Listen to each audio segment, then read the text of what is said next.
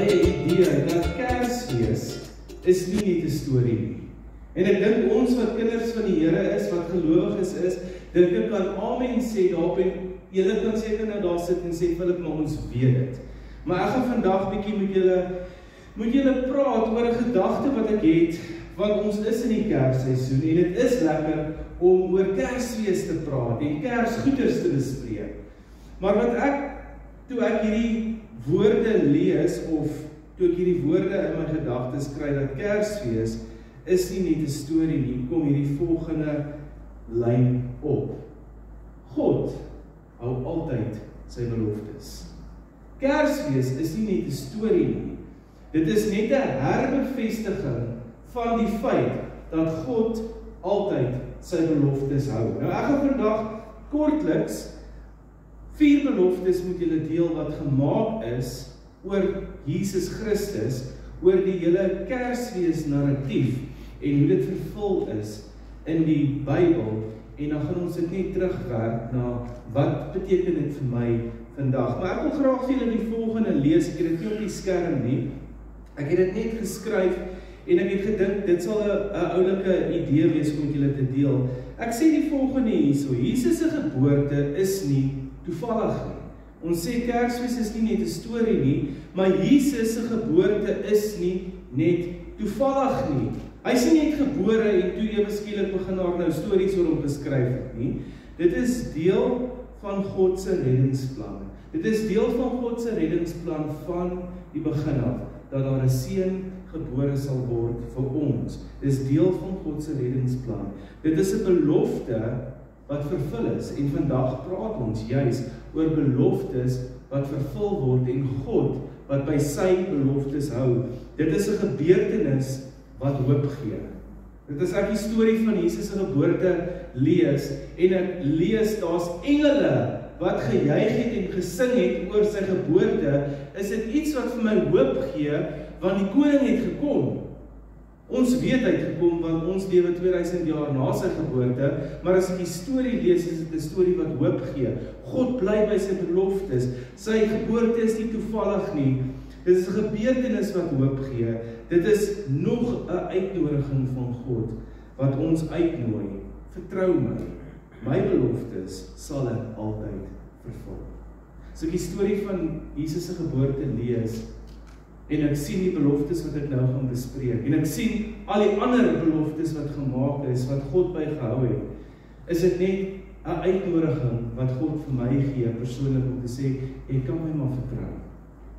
As ek gesê het, ek gaan iets doen, dan gaan ek dit doen. Ek gaan dit doen.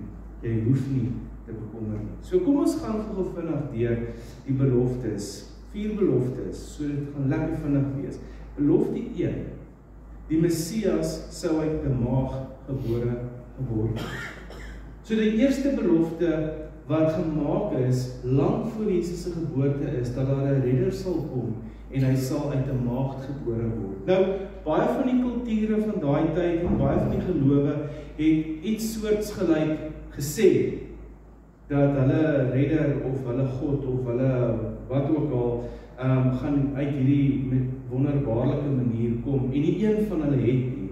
God het gesê, my seun gaan uit 'n maagd gebore word, en raai wat, dit het gebeur. Nou kom ons lees die belofte, en dan gaan ons en gaan kyk hoe die belofte vervul is. In Jesaja 7 vers 14 lees ons, daarom sal die Here self aan julle 'n teken gee. Kyk, die maagd sal swanger word, en 'n seun baar, en hom Immanuel noem. Immanuel beteken God met ons.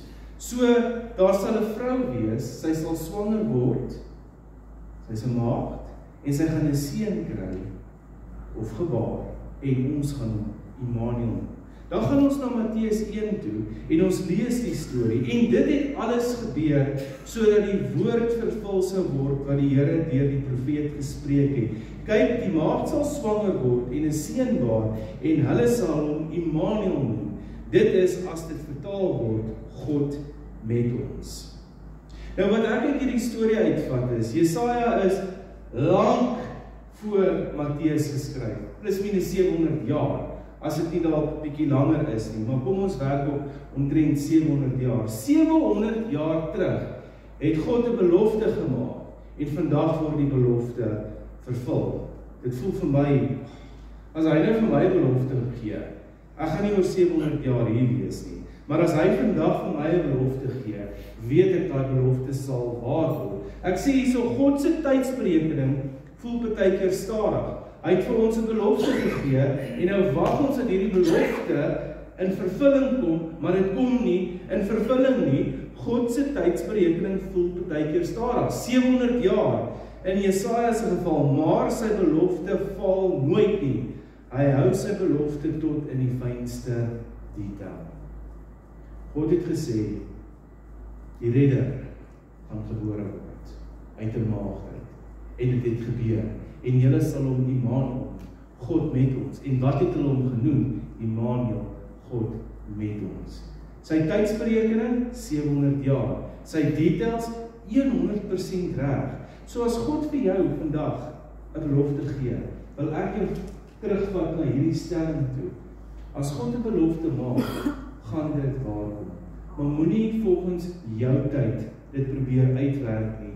Wees net getrou, vertrou op hom, wees geduldig en weet God is Immanuel.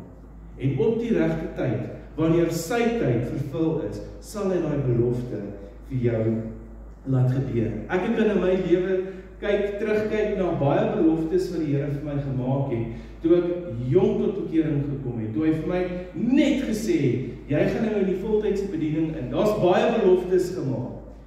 En vandag, kyk ek hoe van my beloftes 2 jaar, 4 jaar, 10 jaar gevat het om in vervulling te kom, maar sy belofte is, het elke slag in vervulling gekom. Ek kan hom vertrou met dit. Die tweede belofte wat gemaak word is, die Messias sou in Bethlehem gebore geword het. Nou kyk hierdie storie, dit is vir my 'n baie interessante storie. Kom ons gaan na die belofte wat gemaak is, Micha 5 vers 1, wat sê, en jy Bethlehem Efrata, klein om te wees onder die geslagte van Juda, uit jou sal daar vir my uitgaan, een wat 'n heerser in Israel sal wees, en sy uitgange is uit die voortyd, uit die dae van die ewigheid. So in Micha 5 kry ons hierdie belofte, dat uit Bethlehem uit, gaan daar vir ons 'n redder kom. Nou kom ons lees gou die storie, hoe hierdie belofte in vervulling gekom het. Lukas 2 vers 4 tot 7, en Josef het ook opgegaan na Galilea, uit die stad Nasaret na Judea, na die stad van Dawid, wat Bethlehem genoem word, omdat hy uit die huis en geslag van Dawid was, om hom te laat inskrywe, saam met Maria, die vrou, aan wie hy hom verloof het, wat swanger was. En terwyl hulle daar was, is die dae vervul dat sy moes baar, en sy het haar eerstgebore seun gebaar, en hom toegedraai in doeke, en hom in 'n krib neergelê, omdat daar vir hulle geen plek in die herberg was nie. Micha sê vir ons, daar gaan 'n redder gebore word uit Bethlehem uit. Hier kom die storie. Hulle hoef nie in Bethlehem te gewees het op daardie stadium nie, maar tot een of ander Romeinse ou gedink, ek wil die mense tel, dat ek kan sien hoe baie geld ek kan kry, en toe moes hulle Bethlehem toe gaan, en toevallig toe hulle in Bethlehem kom, of was dit regtig toevallig, toe hulle in Bethlehem kom, is dit tyd dat Maria moes geboorte gegee het aan Jesus. Micha het 'n belofte gemaak, God het vir ons gewys, God het 'n belofte aan Micha gemaak. God het 'n paar jaar later vir ons gewys hoe hierdie belofte in vervulling gekom het. Ek sê hierso, God kan die onvoorsiene omstandighede gebruik om sy woord in ons lewens te vervul. Moenie dink dinge gebeur sonder net nie. As 'n belofte gemaak, hoe ook al die belofte vervul word, God gebruik die omstandighede van ons lewens om daai belofte te vervul. Dinge gebeur nie sommer net nie.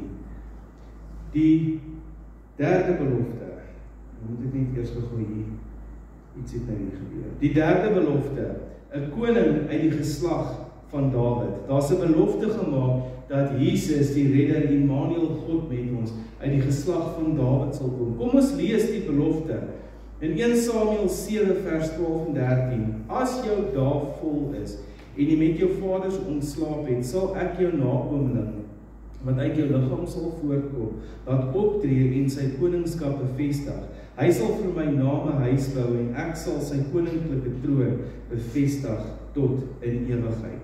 En in Matteus 1 vers 1 lees ons die geslagsregister van Jesus Christus, die seun van Dawid, die seun van Abraham. God het 'n belofte gemaak, dat uit die stam van Dawid daar 'n redder gebore sal word. En in Matteus 1 lees ons hierdie geslagsregister en ons sien, maar die koning kom uit die geslagsregister of die lyn van Dawid. En die ding wat ek wil vat hierso is God se belofte is 'n staande belofte buite tyd. As God gesê het, dit gaan, raai wat? Dan gaan dit. Ons kan dit nie verander nie. God het gesê, Jesus kom weer. En maak nie saak hoe die wêreld beklei teen die feit dat Jesus weer kom nie, raai wat gaan gebeur? Jesus gaan weer kom. Dit is 'n belofte buite tyd, maar dit is 'n staande belofte. Maak nie saak wat gebeur het nie, ballingskap het gebeur, oorlog het gebeur, allerlei dinge het gebeur na die storie van Dawid, maar Jesus is nog steeds gebore uit die lyn van Dawid uit. God se beloftes is ja en amen. En dan belofte nommer 4, en hiermee wil ek afsluit, is belofte 4 is lig in 'n donker wêreld. Daar's 'n belofte gemaak wat gesê het, die redder, die koning van die konings, die Messias, Immanuel, God met ons, sal lig wees in 'n donker wêreld. En in Jesaja 9 vers 1 en 2 lees ons weer eens die belofte wat sê, die volk wat in duisternis wandel, het 'n groot lig gesien. Die wat woon in die land van die doodskaduwee, oor hulle het 'n lig geskyn. U het die nasies vermenigvuldig, hulle vreugde groot gemaak. Hulle is vrolik voor u aangesig soos iemand vrolik in die oestyd, soos iemand juig as die byt verdeel is.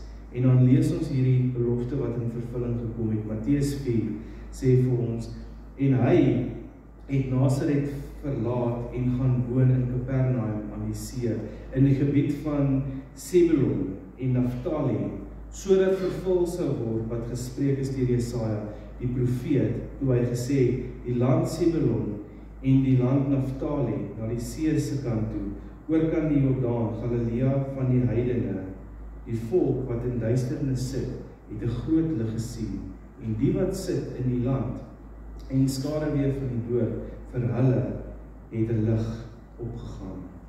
God se beloftes skyn gewoonlik in die helderste, kom ek begin net weer hoor, God se beloftes skyn gewoonlik die helderste in ons donkerste seisoene. 'n Land wat in die doodskaduwee gesit het, waar 'n lig vir hulle gekom. Jesus se belofte vir ons is in die moeilikste tye, in die beste tye, in die nie so goeie tye, in die nie so beste tye nie. Jesus se belofte is altyd vir ons, ja en amen. En sy belofte is altyd, ek is die lig, ek is jou lig, ek is die lig van hierdie wêreld. En wanneer dit dalk die donkerste is in jou lewe, skyn sy lig die helderste. Ons sien gewoonlik altyd die Here werk, die hardste in ons lewens, wanneer ons deur 'n krisis gaan en die deurbraak kom. Want sy belofte was altyd, ek is die lig. En wanneer sien mense lig gewoonlik? Wanneer dit donker is. 'n Flitslig kan 'n mens kilometers weg sien as dit donker is, maar nie in die lig nie. So ek sluit af met hierdie gedagte, die geboorte van Jesus is die finale bewys, dalk nie die finale bewys nie, daar's ander bewyse ook, maar ek wil dit finaal maak hierso. Die geboorte van Jesus is die finale bewys van God se getrouheid. 'n Belofte 700 jaar in die werke is vervul. God het gesê daar gaan iemand kom wat die redder van die wêreld is, en Jesus het gekom. En daarom vier ons Kersfees as nie net 'n storie, maar as die koms van ons redder, as die koms van die koning. Hierdie tyd gaan oor Jesus, en elke dag is veronderstel om in ons lewe oor Jesus Christus te gaan. Mag jy geseënd wees en mag die belofte van Jesus wat gekom het en wel gekom het in jou lewe, mag dit vir jou vrede gee, mag dit vir jou liefde gee, mag dit net vir jou in hierdie tyd helderder skyn as ooit tevore. Here Jesus, ek sê vir U dankie dat U gekom het. God die Vader, ek sê vir U dankie vir al die beloftes wat U gemaak het en wat U vervul het. Here, dankie vir die bewys dat U vir ons gee in die woord, dat ons U kan vertrou met elke belofte wat U maak. Here, dankie dat ons U kan vertrou met ons lewens. Here, dankie dat ons weet, ons lewens is veilig by U, want U belofte is, ek is met jou tot die einde van hierdie tyd. So Here, waar meeste van ons nou op vakansie gaan, wil ek net die seën oor elke persoon uitspreek, oor elke persoon wat klaar op vakansie is, wil ek net uitspreek dat U is die lig van ons lewens, en mag ons U lig helderder sien skyn as enigiets anderste. Dus as dit kan sien, is ons werklik geseën. Here, beskerm elke persoon wat op die pad gaan wees, gaan voor hulle uit, gaan agter hulle uit, gaan langs hulle uit, beskerm hulle, en ek bid net dat elke persoon in die rus sal ingaan, in hierdie tyd, en dat hulle sal rus, soos wat U wil hê hulle moet rus, en dat almal weer sal terugkom in die nuwe jaar, vars, reg vir die jaar, reg om die werk te doen wat U vir hulle gegee het om te doen, en vir ons gegee het om te doen. Dis my gebed in die naam van Jesus Christus bid ek. Amen.